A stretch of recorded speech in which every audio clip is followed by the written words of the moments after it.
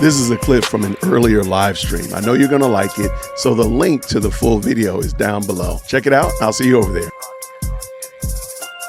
I have to address this recent incident in Minneapolis with that woman that was shot by an ICE agent. Tragically, unfortunately, we don't want to see anybody killed in any protest or demonstration or anything like that. But let me give you my take on this. And this has nothing to do with Democrat, Republican, whatever. This is my take on all of this. And I'm going to go all the way back to George Floyd really quickly. I've been arrested 18 times. 18 times. Dang. I've been indicted 7 times, tried 5 times, been in prison, you know, the whole bit. Every single time I was arrested by a police officer holding a gun, I did one thing: put my hands out in front of me or behind me. They put the handcuffs on. I got in the car and I went through the process. That's what you do. When you resist arrest or you do something to get away from the cops that are having guns on them. Let me tell you something right now. This man is preaching without a Bible. He is preaching. I'm going to have to back that up. I'm going to have to add the ham and B3. This is some preaching right here, because this is what gets people. Again, when we watch the body cam footage, very rarely do you see somebody do this. I mean, he is giving wisdom right here. Look, I like Mike. Mike, have I subscribed to this channel? I think I have. Here, I'm gonna drop the link to this in the chat as well. Please make sure you go subscribe to him. And he got that million subscriber plaque right there, looking mighty fine. I wouldn't mind my silver one, by the way. 100,000 subscribers by April. He's bringing that noise. He's bringing it. Shout out to Mike. Floyd, really quickly. I've been arrested 18 times. 18 times. I've been indicted 7 times, tried 5 times, been in prison, you know, the whole bit. Every single time I was arrested by a police officer holding a gun, I did one thing: put my hands out in front of me or behind me. They put the handcuffs on. I got in the car and I went through the process. That's what you do. When you resist arrest or you do something to get away from the cops that are having guns on them, cops that are trained, okay, to kill you if they need to. This is their training, okay, or to put you down in some way. Why would you fight with them? Why? Let me also add this. This is something else that I think we are now in the fool around, find out era of history. I don't think people realize that. He just said that police are trained to delete you. They're not trained to hobble you. They are trained to put away. If they have to discharge their weapon, they're trained to put away the threat, not hobble you, shoot you in your foot, shoot you in your hip bone, or something like that. No, they're intending to put you away. That's crazy work, man. And I, like just right here, like, I was raised to respect the police. Me too. That's why that's how I respect the police. I respect the police so much, I don't want to bother them. My goal is not for you to be bothered by me or my family. we do our very best to stay away from the police. I don't mess with y'all. Y'all gonna do your police thing, and God bless you, God keep you. If I see you at Dunkin' Donuts, I'm buying you a donut. But you know what? Go do your police thing. It is not over here at Whitaker Park. But Mike made a great point. Like, they're not trained to hobble you. They are trained to put you away. Right. The taser is the hobbling. You're absolutely right. When guns come out, it's all over. Right. When the bullets are flying, they don't stop until somebody has passed away. I hate it, but it's a reality. And you know what? I want to go back and I was looking at this video again. The road that the people were on when Renee Good went forward, it's icy and snowy. You do realize that she probably wouldn't have been able to stop anyway. She probably, once she put that car in drive, she almost pretty much kissed life goodbye. Because there's problem. What if the guy was still in front of her and she tried to stop and the car slid at him? It would have still been probably the same thing. Probably the same thing. Now, granted, she didn't do that, but I'm like, she put herself in this position. And that's the thing I really want people to get. You're not going to beat those charges. If you put yourself in that position, sir or ma'am, you're going to go meet the Lord. That's really a hard thing to say, but it's real. All right, let's go. It makes no sense.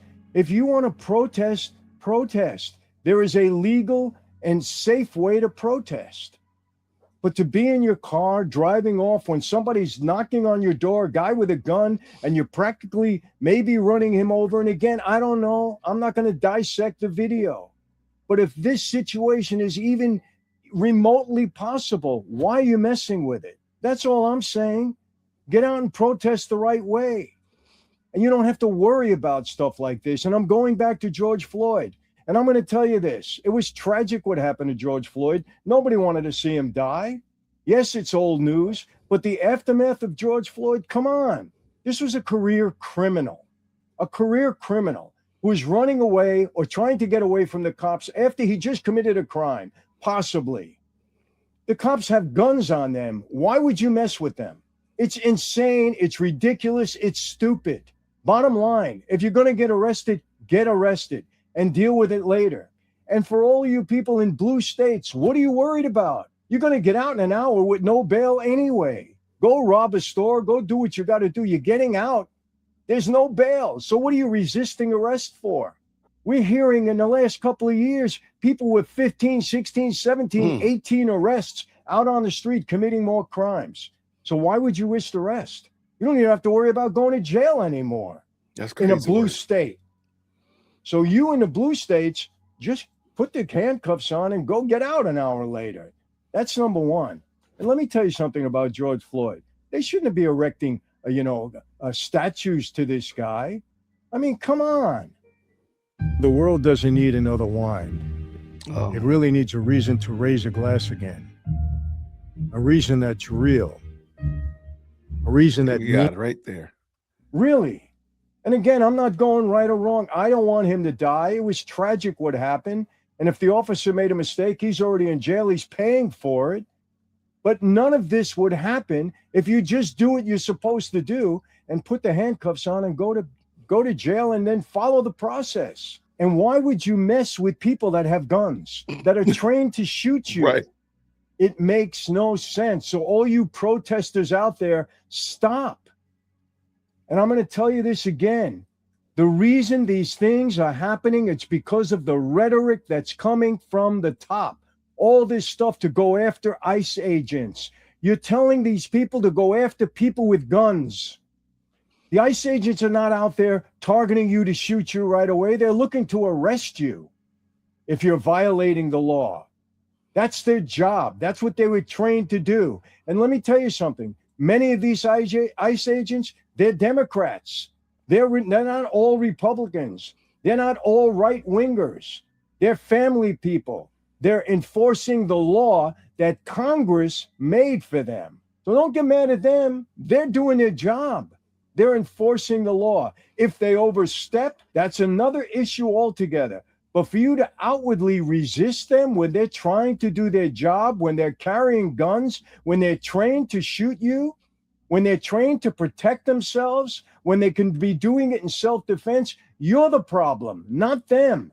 You know, I'm going to tell you something.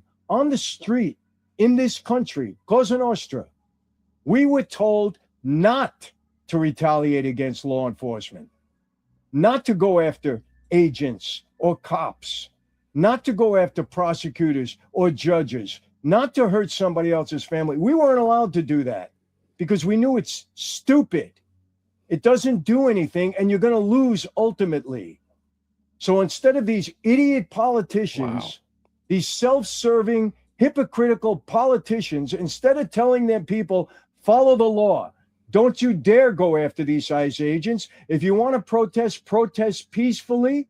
If you think you have a need to do that, but don't you dare. They're doing their job.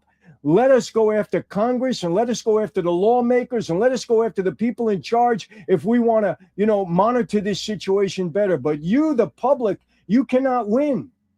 So don't go after these people. But these idiot politicians, these self-serving idiot politicians who don't give a damn about their constituents, I don't care what they say, they're the ones that are raising the temperature and telling you to go after these agents because they don't give a damn about you. They only want to go anti-Trump. anti-Republican, because it's all the Democrats that are telling you to do this. It's all the progressives, because they don't give a damn about you.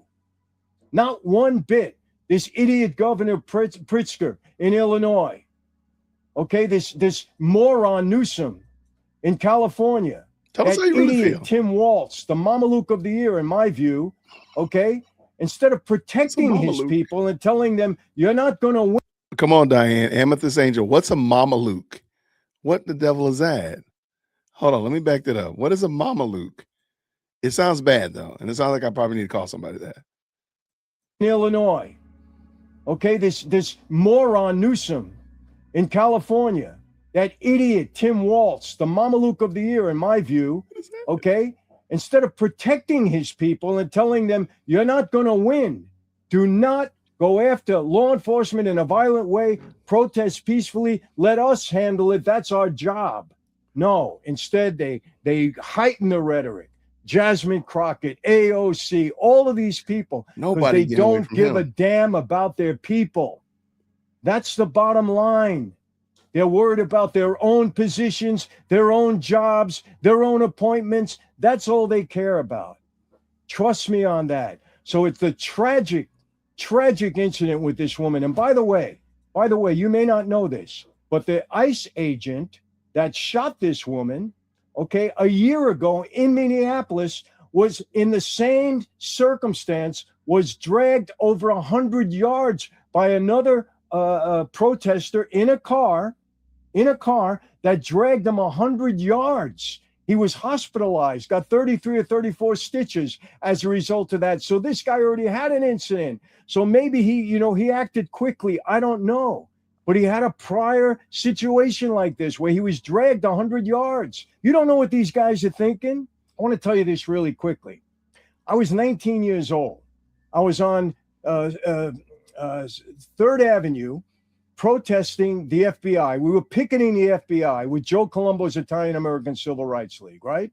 3rd Avenue and 69th Street. I walk across the street from the picket line. I went to get something to eat. I had my mother and my girlfriend there at that time. As I'm walking back to go enter the picket line again, what do you think happens? Some guy comes by in a car, a bunch of guys in a car, and they yell to me, "You guineas, you wops, get out of here." They were starting, bad names for Italians. So I yelled back at the guy. Stupid. I was 19 years old, right? A cop said, "Hey, you, stop it. Get back in the line. Shut your mouth." And when he said that, I got mad at him. I said, "What are you telling me that for? Why don't you go tell the guy that called us guineas and wops?" And he made another remark to me, and one thing led to another. I throw a punch at him. I hit him. Within seconds, he pulled out his billy club. I had 3 or 4 cops on top of me, beat me up with their sticks, dragged me across the street, threw me in a paddy wagon. And then what happened after that, Joe Colombo, I had to go down to court. I had to go down to the courthouse. They booked me for attacking or hitting a cop. It was later dismissed or broken down to disorderly conduct or whatever. But I learned right then and there, you don't go put an act of violence against a cop. You can't win. I learned it at that age, 19 years old. So the next 18 times that I got arrested. I'm sorry, y'all. I got to rewind that. Because, we watch the body cams and you're like, it's never going to change. It's never going to change. If they say get out the car, you're going to get out the car. Now, you might get back in your car depending on the circumstances, but the likelihood is if they say get out the car, you're probably not going to be riding in that car again tonight. That's just probably it. There's no amount of fighting, no amount of asking for their badge number. Do you got your body cam on? Can I speak to your manager? No amount of that is going to change it. Once they say get out the car, it's a wrap. Just go ahead and get out the car. Fighting them ain't going to change anything. Tussling with them isn't going to change anything. Okay, I just want to say that, man. Shout out to Mike. Man, he is crushing it. So broken down to disorderly conduct or whatever. But I learned right then and there, you don't go put an act of violence against a cop. You can't win. I learned it at that age, 19 years old. So the next 18 times that I got arrested, here you go, officer or FBI agent, whatever the hell you are, take me down. I'll go through the process. You can't win. And these idiot politicians on top that are telling you, okay, to resist arrest and to go after the ICE agents, they don't care about you. I know you liked that episode. This is actually a clip from a larger live stream. The link is down in the description, so you can go check it out. I hope you enjoyed it, and I'll see you down there. Grace and peace.